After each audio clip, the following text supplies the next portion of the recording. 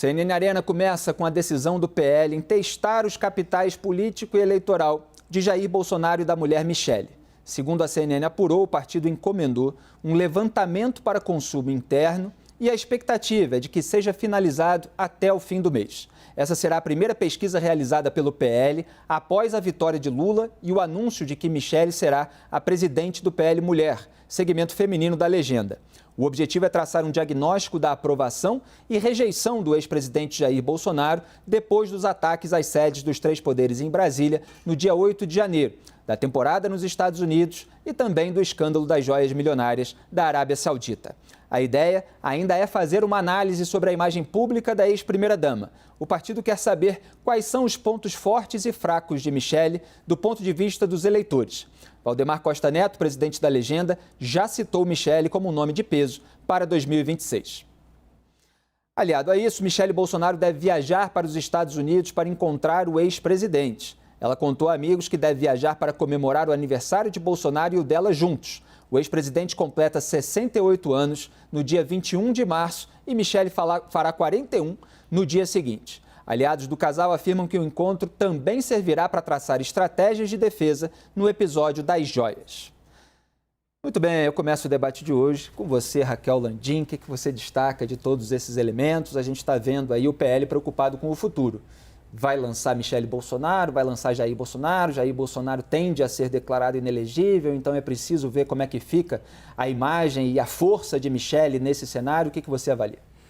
Felipe, não só o PL, assim, todos os institutos, até privados, pesquisas que estão sendo feitas por empresas hoje, quando eles estão medindo popularidade, nenhuma pesquisa hoje está sendo feita sem considerar Michele Bolsonaro e Janja da Silva. É meio impressionante, mas é isso mesmo.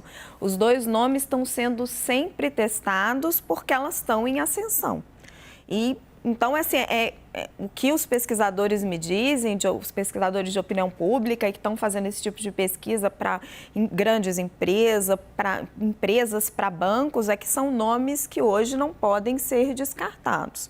Então, o PL, diante da possibilidade de Jair Bolsonaro ser declarado inelegível, está, sim, testando as possibilidades. A gente sabe que isso gera muita controvérsia dentro do partido, tem outros nomes que gostariam de suceder, de ganhar esse capital político de Bolsonaro. Então, assim, pelo que as lideranças do PL contam, vai ser uma pesquisa interna que vai ficar guardada às 7 chaves, mas pelo que a gente também assiste das outras pesquisas que estão sendo feitas, Michele Bolsonaro tem uma avaliação bastante positiva, em torno de 35%, 37% da população brasileira. Vamos ver como é que o caso das joias impactou, sim, impactou para ela, mas ela tem muito menos rejeição que o presidente. Estava sendo pensado para ela, dentro do PL, um grande evento no dia 21, para comemorar o aniversário dela. Eles tinham cogitado um evento no Dia da Mulher para fazer esse lançamento do PL Mulher, aí depois desistiram, porque sabiam que não iam ter capacidade de competir com o governo, que ia anunciar pacotes do Dia da Mulher, anunciaram aquele plano de equidade salarial, então ia ficar assim muito conturbado. Mas estava sendo planejado para o aniversário da Michele, ela mesma estava capitaneando isso, uma série de eventos para fazer uma espécie de lançamento desse PL Mulher. Agora, com a viagem dela para os Estados Unidos, parece que, enfim, hoje tentei apurar e estava um pouco ainda indefinido. Tinha gente no partido que falava, sim, estamos seguindo em frente, tinha gente que dizia, não, calma, vamos ver como é que vai ficar. Mas ela é um nome forte, hoje é um nome que não pode deixar de ser considerado. Paulo, bem-vindo aqui ao Arena. Aliás, eu ia até te perguntar, você está usando mais Paulo Martins do que Paulo Eduardo Martins? Acabou ficando comprido, a abreviação que os outros fazem. E eu quero saber se o Brasil está caminhando aí para uma disputa entre Janja e Michele, na sua avaliação. Pois é, Felipe. Você use o que você escolher, que você tiver mais fácil, eu aceito. Paulo Martins, Paulo Eduardo, está tudo bem. Olha, esse levantamento do PL eu acho bastante natural. Então, o partido está buscando entender quais são os quadros dele que tem maior projeção nacional. Então, ele tem, claro, o ex-presidente e, na hipótese do ex-presidente não poder concorrer ou não querer concorrer, há uma questão de vontade aí também, é quem é o herdeiro desses votos, né? Dessa coisa que é ligada àquela figura. Por isso que a Janja aparece ligada também aí no campo da esquerda como uma possível herdeira dos votos do Lula e a Michelle Bolsonaro, herdeira dos votos do ex-presidente Bolsonaro. Agora, o PL precisa ir além. O PL vai concorrer com o PT. Nós estamos caminhando para essa polarização que já esteve ali eleitoral, mas ela pode se ampliar e se consolidar. Depende muito das escolhas que o PL vai fazer. Porque o PT é um partido de fato, na definição mesmo do termo. O PT tem organização, o PT tem fontes de estudos, o PT tem instâncias. O PL não tem isso ainda. O PL era um partido muito mais pragmático, recebia os quadros que tinham voto, não necessariamente que tinham uma linha definida e ia atuar pragmaticamente. Agora não, o PL tem uma oportunidade de ser o representante de uma fatia de pensamento do eleitorado brasileiro.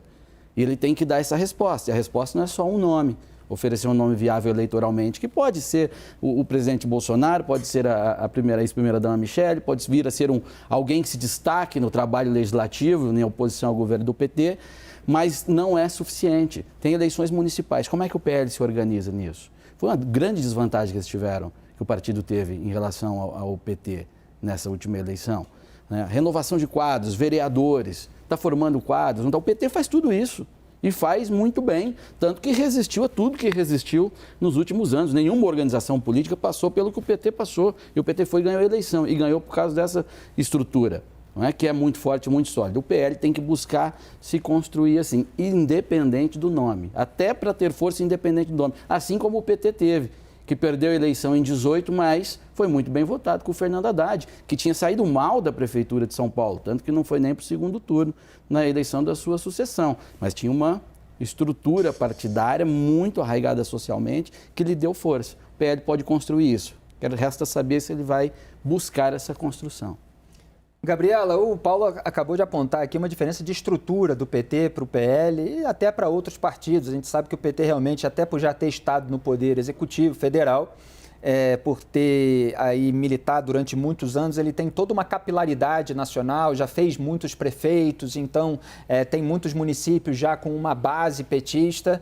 E o PL é um partido ali mais fisiológico que veio a ter essa força política nacional na figura do Jair Bolsonaro nos últimos anos. Como é que você avalia que isso pode pesar para um lado e para o outro e se o PL consegue, assim como outros partidos, competir com o PT nessa base estrutural? Boa noite, tudo bem? Raquel, Felipe, Joel, deputado Paulo e... o Hélio está aí também, agora eu vi. Está comigo dividindo a telinha. Eu penso que o PL, né, eu concordo muito com a fala do deputado, que o PL ele veio nessa onda do bolsonarismo, né? Então ele apoiou um grande nome, já tinha uma força, o nome do Bolsonaro, e cresceu com o Bolsonaro, trouxe mais quadros, mas ele pode ter uma oportunidade agora de ser um partido que vai representar aí uma ala conservadora, uma ala mais à direita, mas vai demorar muito para ele conseguir chegar, né, na mesma organização que o PT. O PT, desde a fundação, né, a gente até discutiu isso em outras oportunidades, ele tem essa militância de base, ele tem uma organização, ele tem estruturas mais democráticas de participação, ele faz prévias, então ele envolve muito a militância. Embora hoje o nome do Lula, todos, né, já sabem, pode ser considerado maior do que o PT também tem grandes nomes, né? O PT vai sobreviver ao Lula porque ele tem uma ideologia de esquerda, alguns que são mais esquerda dizem até que o PT é de centro-esquerda, mas ele tem uma ideologia que vem ali da sua construção, que vem dos movimentos sociais, né, da igreja, o pessoal que era muito ligado à igreja católica no início, o movimento estudantil, e foi se modernizando. E essa estrutura que o PT tem de organização nos municípios, os diretórios, né, a participação das mulheres, a paridade, tudo isso já vem de muito tempo. Por exemplo, no caso da Michelle, ela foi agora para o PL Mulher. Então, ela pode ser um grande nome para as mulheres conservadoras, para as mulheres de direita e organizar as mulheres do PL. Mas penso que vai levar algum tempo para que o PL tenha uma organização, uma ideologia como tem o PT. E também não sei se essa é a vontade do PL, né? Precisa ver isso também, porque o PT já foi construído como algo popular e como algo de base e democrático, e o PL tem essa coisa de nomes, né? Não sei se ele vai querer mudar a forma de organização. Obrigado, Gabriela. Joel, o Jair Bolsonaro ainda tem uma força nacional, e evidentemente isso está sendo medido nesse quadro pós-eleitoral e pós também atos de 8 de janeiro. Agora, o Valdemar da Costa Neto sempre foi um político bastante pragmático, né? Para dizer assim, no jargão da política de Brasília mesmo. Se ele achar que a Michelle tem mais força eleitoral do que Jair Bolsonaro, que já está muito desgastado, que é preciso passar o bastão, mesmo que não mude muito as pautas, ele certamente vai exercer uma pressão para que isso aconteça, não? Acho que sem dúvida, Felipe, mas eu também levanto um ponto de que eu acho difícil a Michelle, na concorrência com o Bolsonaro, ter uma aceitação e ter mais do que uma aceitação, porque uma campanha presidencial que a gente mais tem visto é que muito mais do que apenas aceitar um nome de alguém que esteja no mesmo campo ideológico que você, a pessoa precisa ter uma adesão àquela pessoa, daquele candidato. Havia toda uma faixa da população, por exemplo, que se não votasse no Lula, votaria no Bolsonaro e vice-versa, porque eles trazem uma força de engajamento e de adesão junto ao eleitorado. Eu não sei se a Michelle terá isso, eu tenho quase certeza que ela terá menos rejeição que o Bolsonaro, aí sim, mas a mesma capacidade de mobilizar multidões como fazia o Bolsonaro, e creio que em alguma medida ainda faz, acho difícil. Agora, existe uma perspectiva real do Bolsonaro, mesmo com esse enorme capital político dele, ficar inelegível. E daí sim, uma alternativa a ele vai se impor de qualquer maneira. O partido vai ter que encontrar alguém que receba e que tenha a bênção do Bolsonaro, que o Bolsonaro vai estar junto, mas que vai estar concorrendo no lugar dele. Acho isso mais provável, acho que assim, o cenário mais provável do Bolsonaro ficar de fora, eu não acho que seja encontrar alguém que tenha melhor aceitação do que ele, não. E acho que o mais provável é ele ficar inelegível.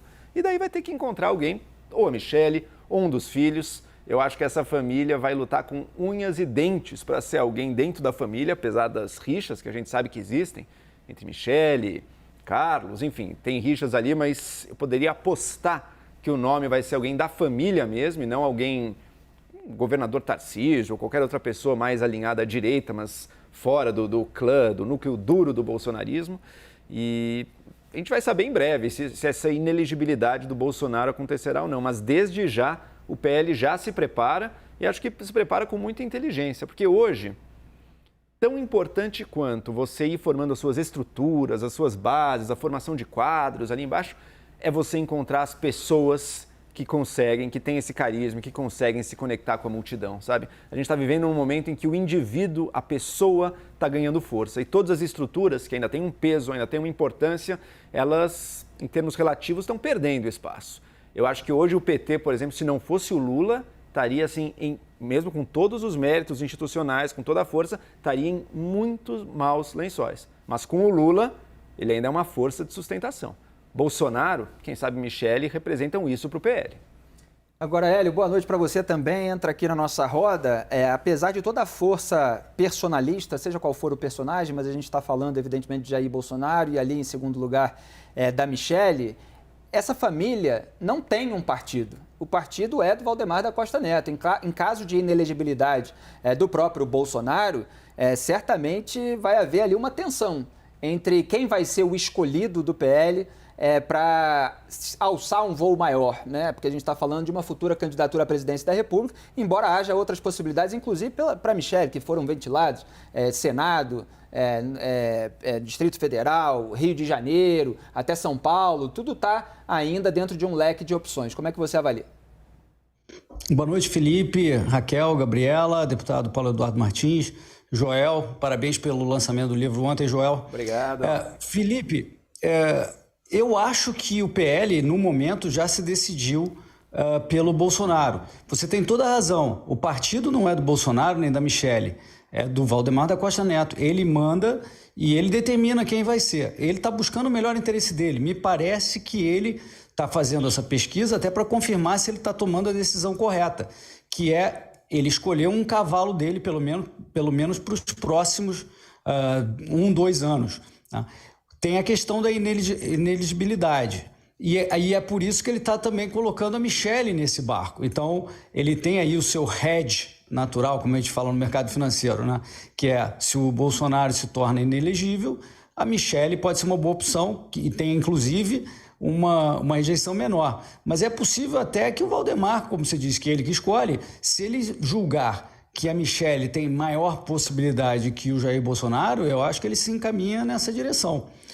Então, o que está acontecendo? A direita, a não esquerda, vamos chamar assim, porque a direita é um termo muito amplo, a não esquerda já está começando a posicionar os seus cavalos. Aí o Valdemar está escolhendo os Bolsonaro, o Partido Novo tem o Zema, o Tarcísio vai por outro partido, e assim as opções anti-PT, anti-esquerda, vão começar a se movimentar, e aqui o Valdemar parece que deu o primeiro passo. Paulo, quer complementar? Quero sim. Essa questão da formação dos quadros e estrutura do partido e escolher o nome, elas não são coisas excludentes. O Joel fez observações interessantes e eu achei necessário complementar.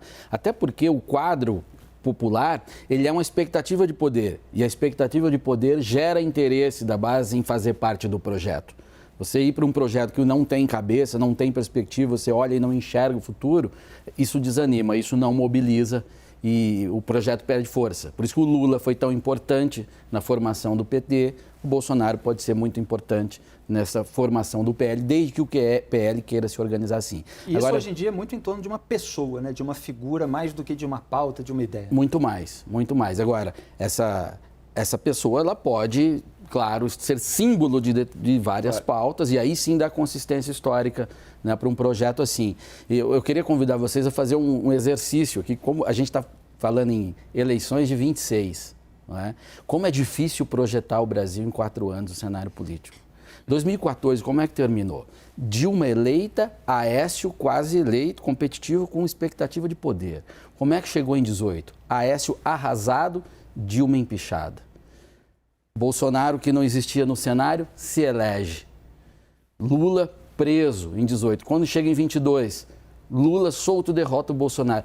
Quem poderia prever isso? A gente faz as análises dentro do que está ao nosso alcance, mas há um elemento que eu chamo de elemento Brasil aí, que ele pode derrubar nós todos. Era exatamente o que eu ia falar. Assim, 2026 está muito longe ainda.